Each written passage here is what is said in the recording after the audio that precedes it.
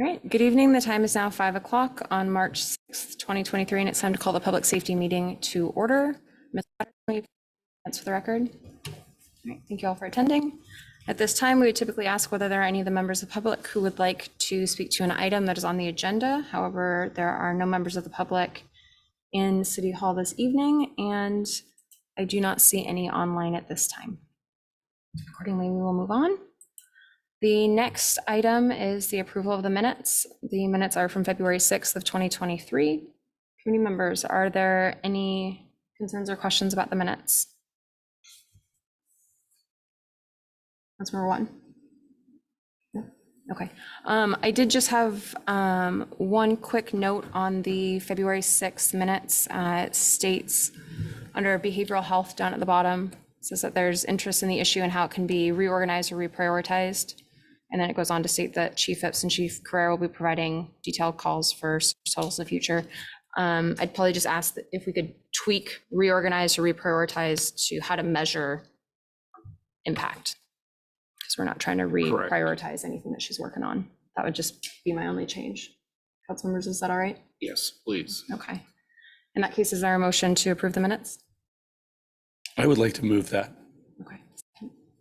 I can approve the February 6th one, but I wasn't present on the 21st. Okay. So I cannot attest to whether it's true or not. I didn't have any concerns with that. Did you? I had none, but I don't know if he'll take our word for it. Well, if not, the recordings are available online and you're more than welcome to listen in on them. Thank you. But if not, let's go ahead and get those approved if we can, please. The next item is under agenda bills. This is AB 23-032, Vehicle Trespass Ordinance.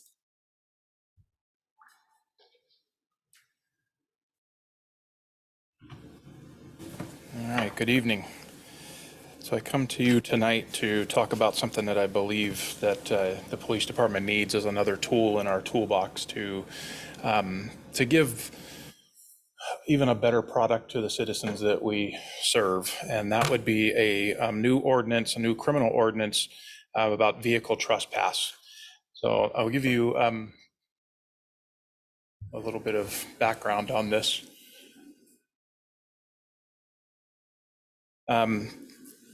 She's getting caught up on that, so that's good. Okay, so as of November of 2022, according to the Puget Sound Auto Theft Task Force, this is at the end of November. We still had December before they would total up these numbers, but the state of Washington had lost approximately 41,330 vehicles. That's just as of the end of the 11th month. It comes out roughly to 132 vehicles that are stolen somewhere in the state of Washington every day. So this has been a huge uptick all across the state, not just in King County, not just in Pierce County, but it's everywhere. There's several different reasons for that. One, the 2022 or the 2020 COVID, the bookings were shut down, so nobody went to jail for pretty much anything unless it was a violent crime. The word spread throughout the criminal community that you're not going to be held responsible. The 2021 police reform laws that prohibited the police department from pursuing vehicles. We are not allowed to pursue a stolen vehicle. That's something that we used to do, and there were limits on it even, right up to the time that everything changed. But now that is not one of the approved laws that we can chase for. Criminals are taking advantage of defunded and demoralized and understaffed police departments. And then there's restrictive filing standards by the King County Prosecutor's Office. And I'll explain and give an example of that. By letter of the law in the RCW, under 9A 56068, possession of a stolen vehicle only has one element to the crime that you have to prove before somebody is guilty of that crime. That would be a person is guilty of possession of a stolen vehicle if he or she possesses a stolen vehicle, period. That's it.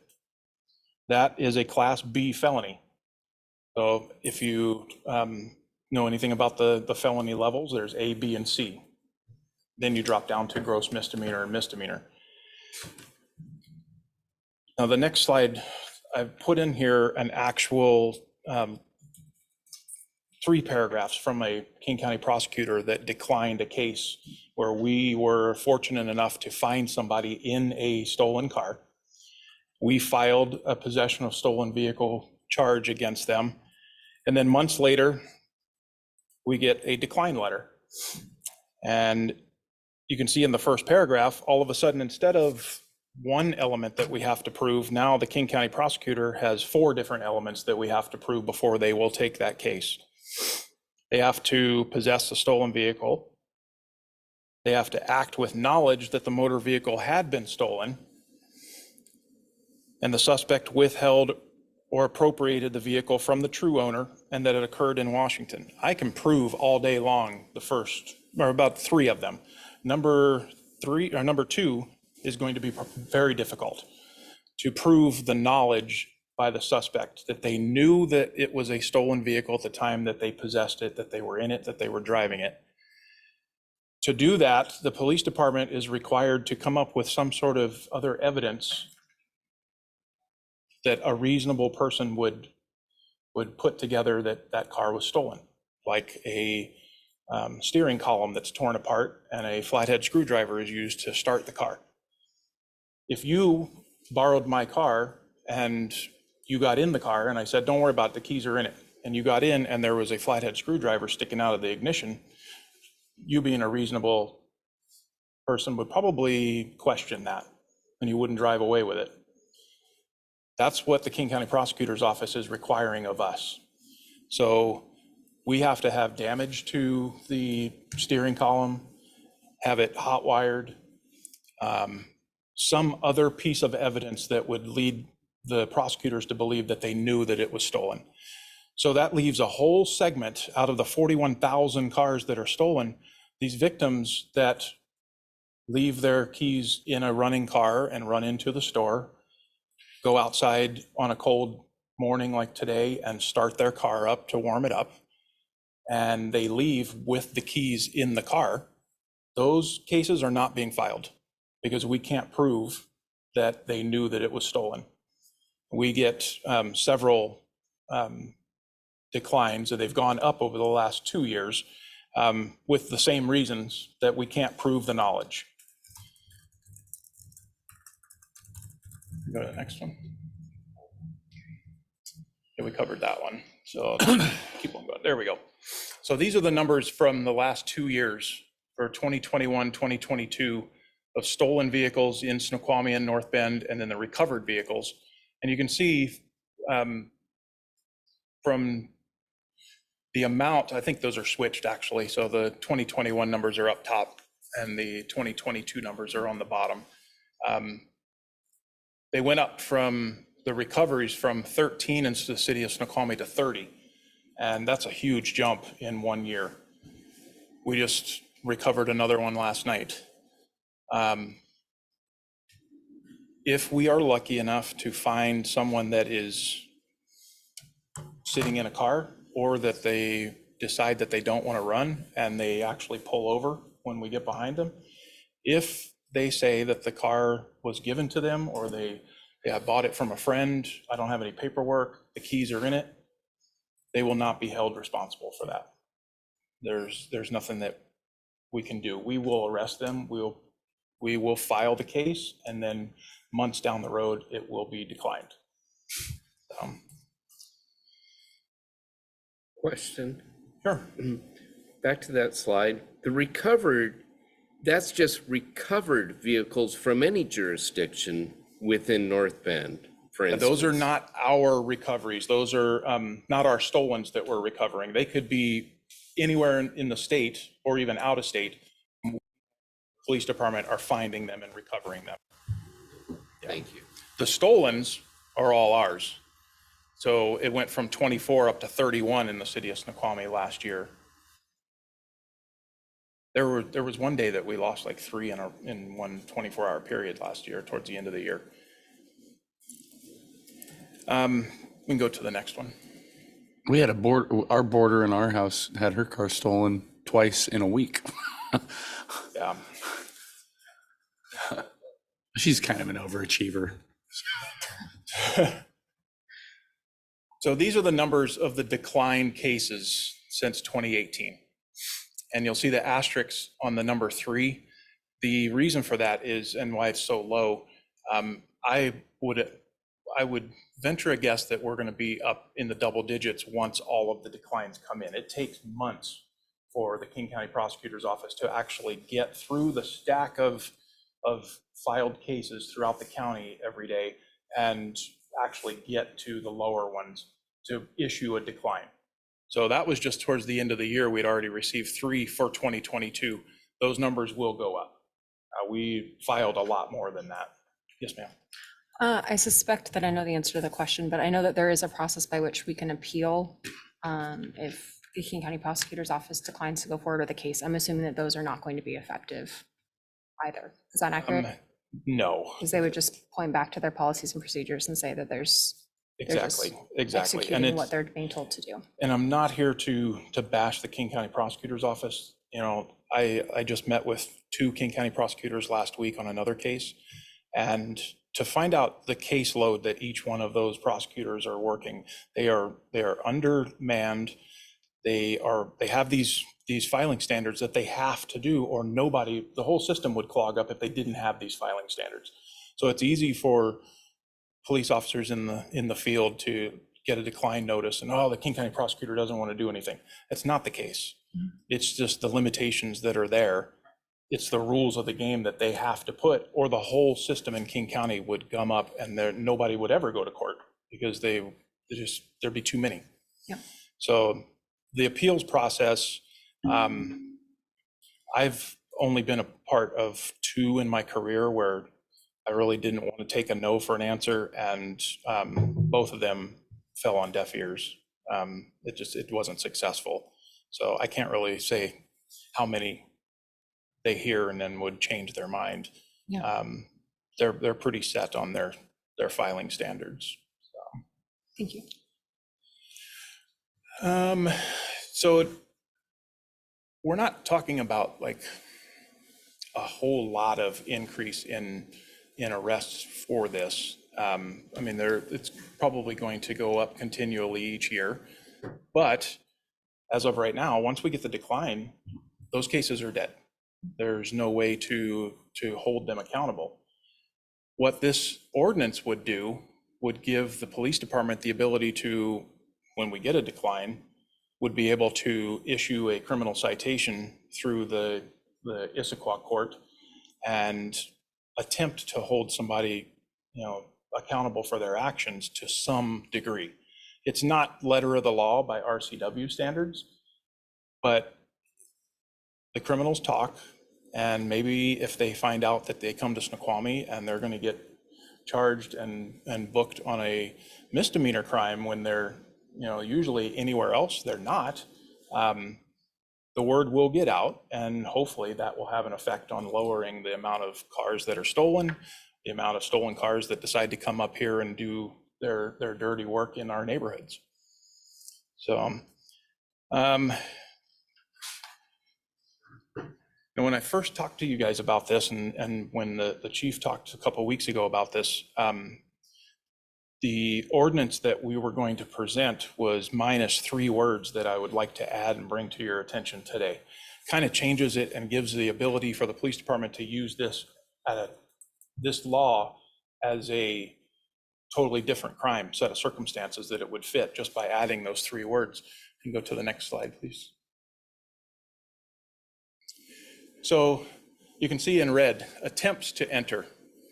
The city of Renton had the exact same language as the city of Auburn, and Issaquah, their city ordinance was based off of the Auburn ordinance. So Auburn and Issaquah did not have what's in red, the attempts to enter. Renton does. So I talked to the Renton prosecutor this morning, and I said, I see that this is a difference. How are you guys using that?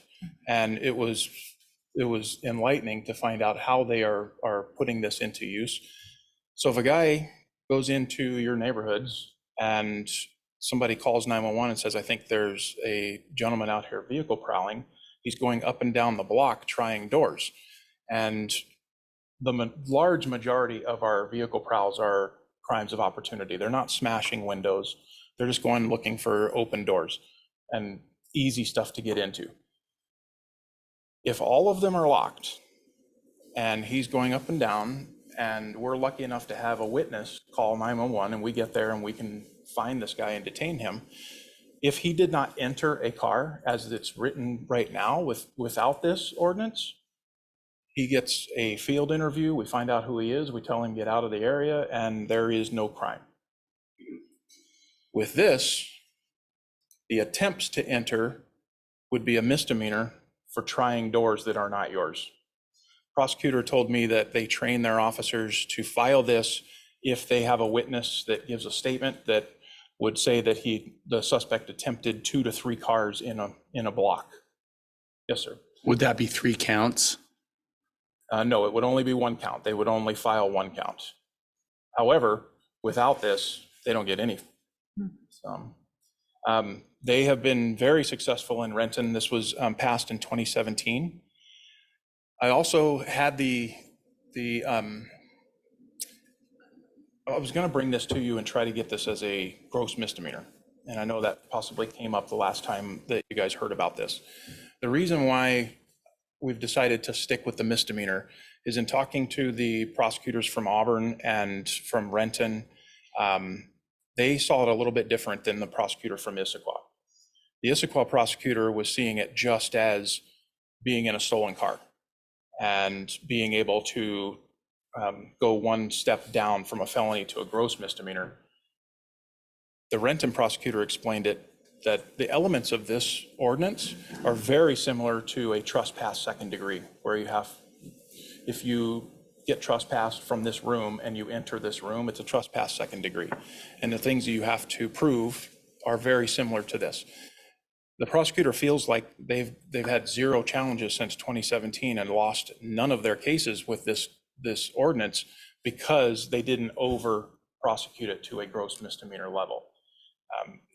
There could be an argument down the road if we went gross misdemeanor on this when it is so close to an already established RCW, which is a misdemeanor. So that's why you'll notice that it still says misdemeanor.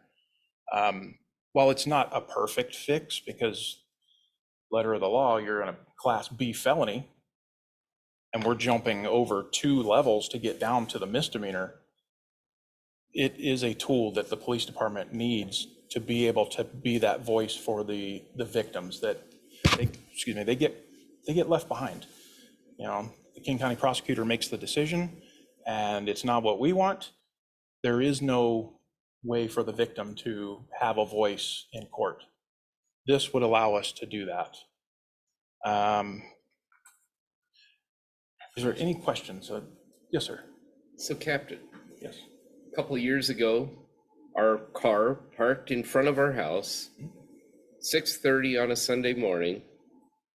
We had no idea somebody had opened the door, went into it, and was inside the car. He ended up stealing a free car wash, which was, yeah, I know. We wanted to find it. It's like, where did that go? You can see it on the video afterwards, but obviously he was working the entire neighborhood.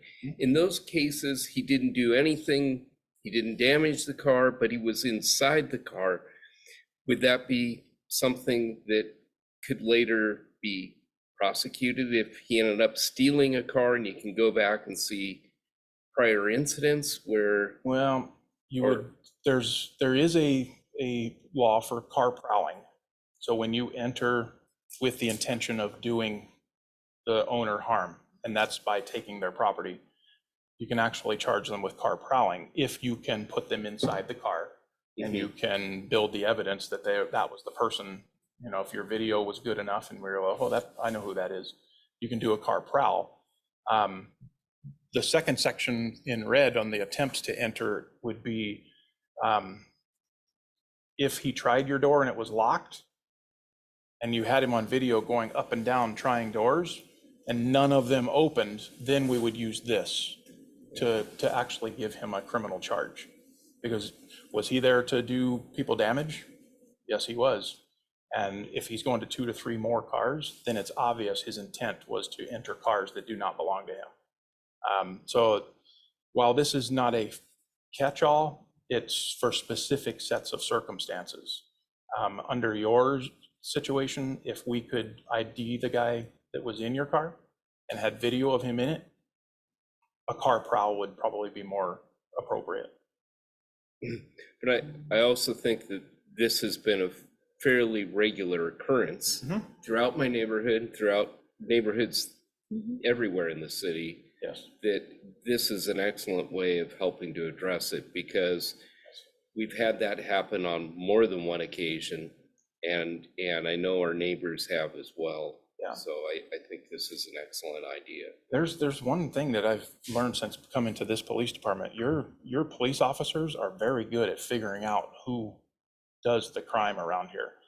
And if they have any bit of evidence to build a case, they will. And having this, another tool in their toolbox to be able to hold somebody accountable. This misdemeanor, if we arrest on this, if we're lucky enough to catch somebody doing one of these two things, it might end up that we put handcuffs on them and we search them, and now we have stolen property on them that we're recovering. We might get a stolen handgun. We might get, ID theft evidence. So this is not just a standalone, ordinance that we could use. It could open the floodgates to more crimes. Yes, sir. I recently had gasoline stolen from my vehicle, siphoned out of my tank. Would that be covered under this? Or is that a separate No, crime? That would be a separate crime. Yeah, that would be most likely under a theft, depending on how many gallons it would be, to which level. It would be a misdemeanor level. King County prosecutor is never going to take a gas theft from a vehicle. That was just not something that, even though there's another example, letter of the law, if you go through the thefts in the RCW, the felony levels are by money. So $750 and above is a felony. That's never going to happen in the real world. And you'd have to have thousands before they would take a theft. If we could find somebody and build a case and actually arrest somebody, it would be a theft. Mayor? Do you have a question? Yes. Okay, so this would cover if the car is stolen, right? Because they're sitting in the car unlawfully in a vehicle that belongs to another. Yep. So how do you set priority? Do you first take it to King County prosecutor to see if they'll prosecute, and if not, then charge them with this? Or are we going to automatically just charge them with that? It depends on the circumstances at the time. I can't speak because every incident is different. The way that I envision this, if it was me, I encourage my guys to continue to file felony. Let it go through the process, because that's what it is. It's a felony. When it comes back to us as a decline, then we can file charges to Issaquah, and they will enter a warrant. And then when that person is contacted by the police department somewhere, we'll get a call and he will be arrested and put in jail. So you can do this after the fact. You can do that after the fact. Is there any statute of limitations? For misdemeanors is 1 year. Thank Yes. Yeah. And City Attorney Serbank, did you have anything that you wanted to add? Just a couple quick comments on the ordinance itself, which was added to the packet. In looking, Captain Lynch was talking to other jurisdictions and comparing their ordinances. And in that process, we discovered that some of the other cities had, in the process of adopting this vehicle trespass, also added an adoption by reference for a state law misdemeanor, which is making or possessing motor vehicle theft tools, shaved keys, and similar. And so it's very long. The adoption by reference section in our code is very long, but we did add that as a second section here, and then add some additional catch-up language so that if the legislature adopts new crimes in the future that are amendments of things that are already on our list, then they would become by default violations of city law and therefore prosecutable in the municipal court. So that's also in the draft ordinance. Great. Councilmember Watton. So this question is to Attorney Sturbank and Captain Lynch, and that is, could we add a section, or does it need to be a separate section on tampering with vehicles? For instance, the attempt to steal gas, the attempt to steal a catalytic converter, or in the case we've had in the past where some of our city officials have had their cars keyed, would be another attempt on tampering with the vehicle. Would that be something that could be added or be a separate section? I will speak to that as a police officer. The keying of the vehicle is vandalism. It would fall under malicious mischief, Okay. which are already an RCW. It's already a chargeable offense. The theft of catalytic converters, we've been having that for the last few years here, and we have been successful in doing simple thefts to hold somebody accountable. And we've been getting convictions on the thefts if we are lucky enough to be able to build a case. What if they're not successful? What if they're interrupted while they're doing that? It's not, they haven't stolen it. It's not theft at that point. If they've done any damage to your car, then it would fall under the malicious mischief Okay. RCW. Thank you. Right, and the attempt going up and down the street and trying doors, et cetera, is the vehicle prowling that the captain was Yeah. talking about. So I'm not getting my gas back. You're not getting your gas back. Or my car wash.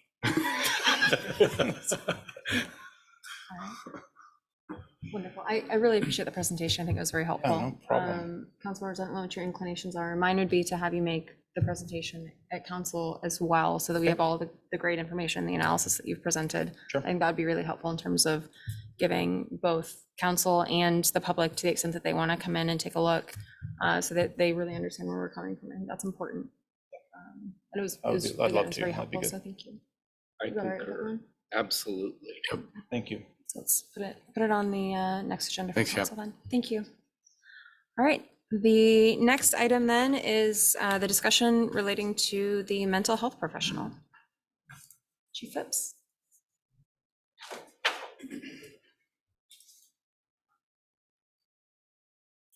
Evening. Well, I know there was some discussion regarding data and obviously we are taking that direction. And so we've divided it into areas that she actually has assisted in. And I'm sure those incidents and descriptions of incidents that she's helped us with will increase over time. But the current data that we have is dealing with welfare checks. She's assisted us on welfare checks, and that's going to be a data point. Another one is suspicious activity, whether it just kind of be there for the officer in case, say, a subject is seen milling around or hanging around a business, but maybe there's some mental health issue there. So she could definitely assist us in that. Obviously, suicidal subjects. Involuntary treatment, she's the one that really is for that. If somebody needs to have assistance, they're in crisis, they're a danger to themselves or others, then she can do an involuntary treatment, assist us with that. Follow up, meaning she's followed up with other officers have done. And then if she's not working, the officer would notify her of the incident, of the people to contact, and then she follows up on that to see if there's any way that she can assist. Same thing with domestic violence as a data point. Crisis intervention, obviously, that is one of the most prominent ones. Child abuse and neglect, dealing with our youth that we come in contact with, and APS referrals, Adult Protective Services referrals, is another one that is a data point. And in those, from September, she started the first week of September, and initially, you're just getting used to what you're doing, and in her case, we had nothing to go off of. She was going off of what she was really developing and kind of wherever it took her. And so the numbers as far as data probably are going to increase significantly over this upcoming year. I would anticipate that. So in the first 2 years or 2 months that she was working with us, she had 46 calls for service that she assisted us on. 32 Snoqualmie, and North Bend was 14. And so some of those data points we will have moving forward. And as I said before, they're going to be included in the monthly report to City Council. So you'll kind of see the progression that we're having with the mental health professional. And this year alone, she's already handled 15 calls. 12 is in Snoqualmie and 3 in North Bend. The most significant one is 5 for crisis intervention. So talking kind of about the data versus really the impact, and I think they're both important. The data is important because you're seeing really how much activity is she being involved in. But I think really what I look for just as much and really give it a lot of value, obviously, is the impact that she's having in those contacts. So what is she doing when she's contacting somebody that is in crisis? What kind of impact did she have in those situations? And that's kind of hard to calculate the importance of that, but until you tell the story of it. And as you know, I like telling the stories about her, and they're coming around all the time. And let's talk a little bit about this. This is a train. Actually, it wasn't a train. If you've seen, they have like a dump truck, if you will, that does maintenance up and down the tracks. And last week, it was on the tracks. And this vehicle that you see the firefighter and police around was hit, or they hit the train. And so it's a pretty significant, you hit a vehicle on the railroad tracks, it's significant. But if you can see, there's somebody leaning into the car. That is our mental health professional, Stephanie. And she's talking to a young girl that's in the back seat of that, who's been traumatized because mom was driving, they just got hit by a train and did significant damage to that vehicle. Luckily, minor injuries, but you can imagine the trauma that this little girl is experiencing, and how nice it is to see the police, the fire, all out there, and Stephanie in front doing what she's supposed to be doing, taking care of that youth. That's what we want right there. So I snapped this picture saying, that is really what it's all about. You know, we wanted this position. We wanted somebody that could be there for these type of incidents when fire and police are on scene. And we'd like to pride ourselves in being able to help as well, you know, talk to the victims, if you will. But she just has a way, and she has the training, and she just knows how to go about doing that. And it was nice to watch that to a point to when it was after about 10, 15 minutes, the girl was kind of smiling a little bit and asking questions and so forth. So it really effective in that. And then I did also, moving on, I received an email from a resident, and in it he states, heading was Stephanie Butler, a true asset to our community.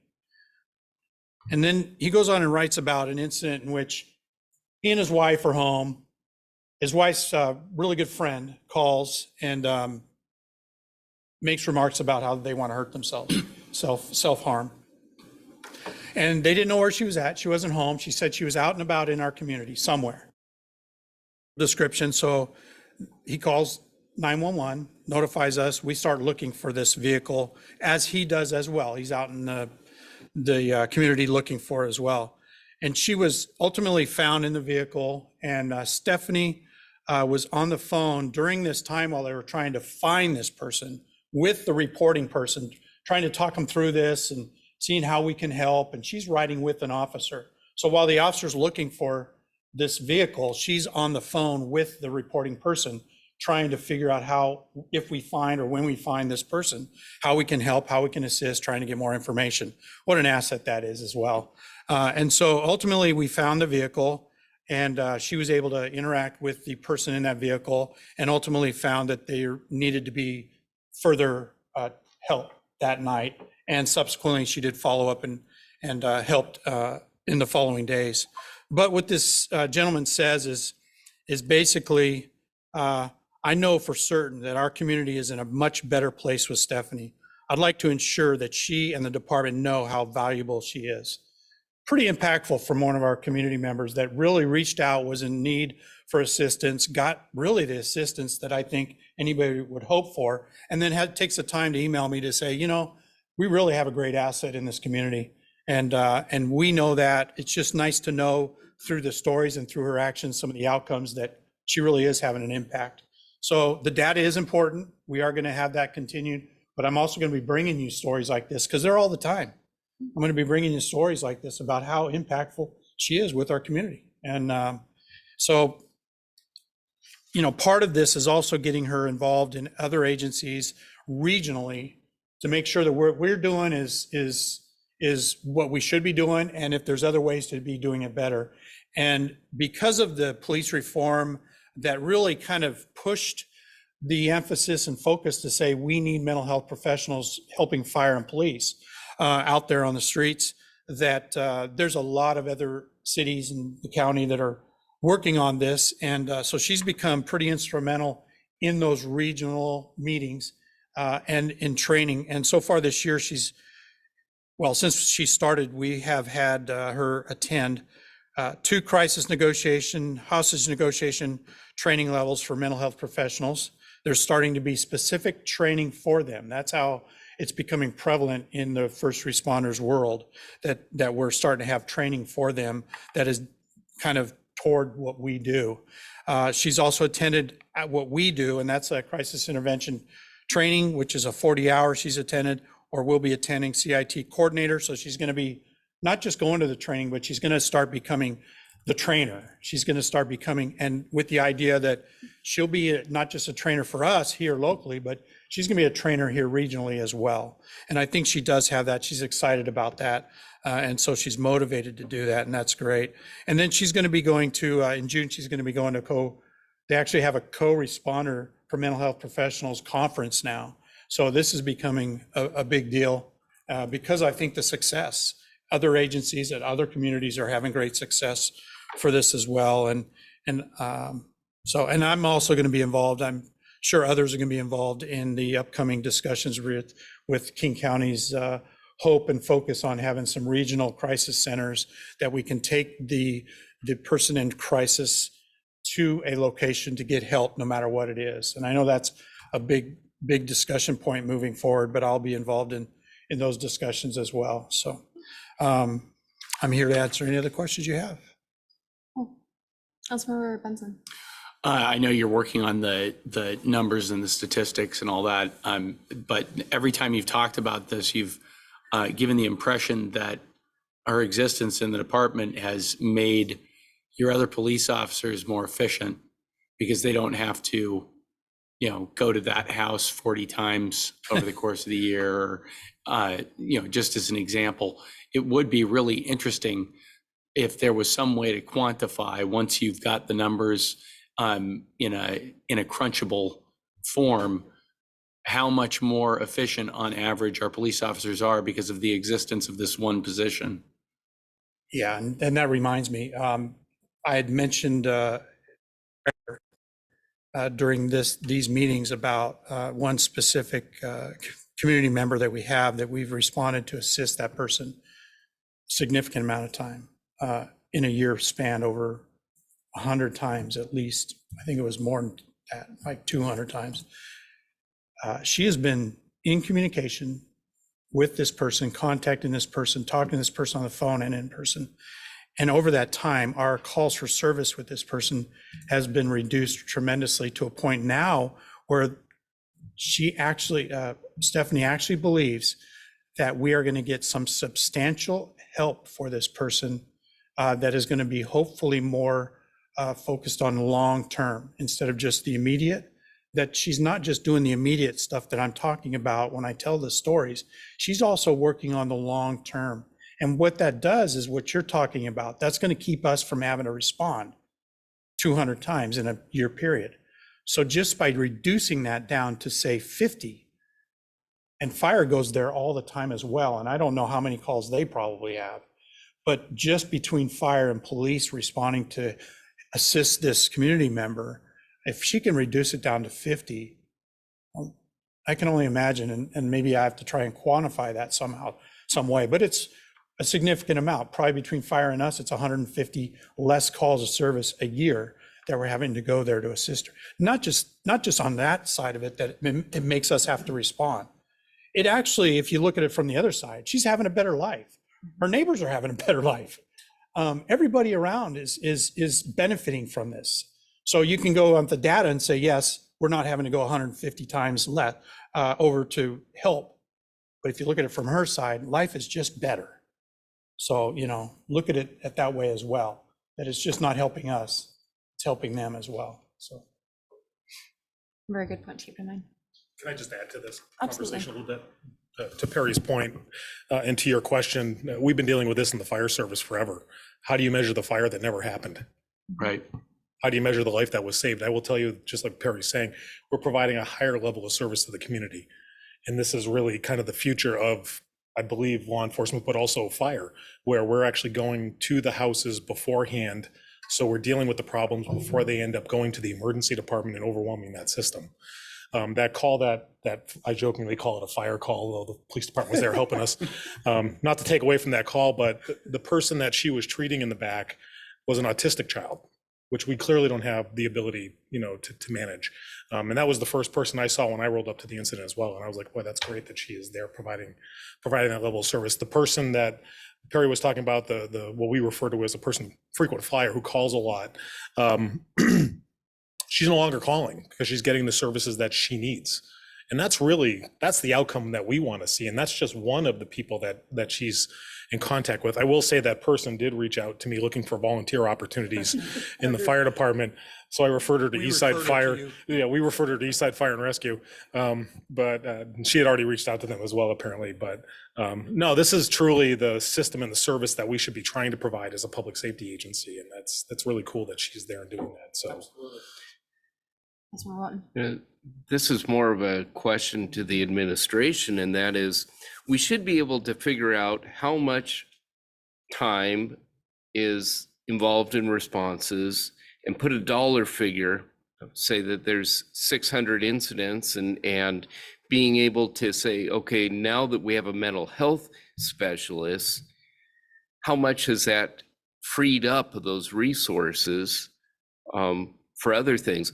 And to Chief Carrera too, I just know that there are people out there who are over 65 who end up calling because their smoke detector has gone off in the middle of the night, and you send people out to respond to that. And those are the same sorts of things that maybe we can address by not having to put our professionals that have other things to do and other places to respond to. But I applaud Chief Phipps and the work that his department's doing and helping both departments out.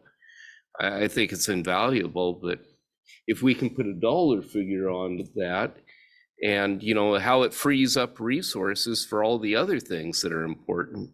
I will try and do the best I can as far as doing that, but what you just said reminded me of something else, and that is the help for the officers itself. You were talking about, you know, how does it help us? We forget that she's there. She's really kind of evolved into also being there for us as kind of a help or somebody that'll listen. And, you know, a passion of mine is the officer health and wellness. And she's really grasped that as well. So that's another kind of really unique and interesting thing that she's doing. But to go back with what you said, one of the biggest parts about embedding this mental health professional with fire and police is to really build that relationship and not see police as just the bad guy, or not see police as just the enforcer, to also see us as the help. So when we respond, we're there to help, or we're there to make, you know, try and fix or resolve something that would not necessarily be like people think. Like if I show up for school, the first day of school, like we did when I first got here, just to say, welcome to the first day of school, parents were asking me, what are you doing here? What are you doing here? What's wrong? Is everything okay? And now they're used to it. I literally, this last year, I had kids coming up, hugging me, taking pictures.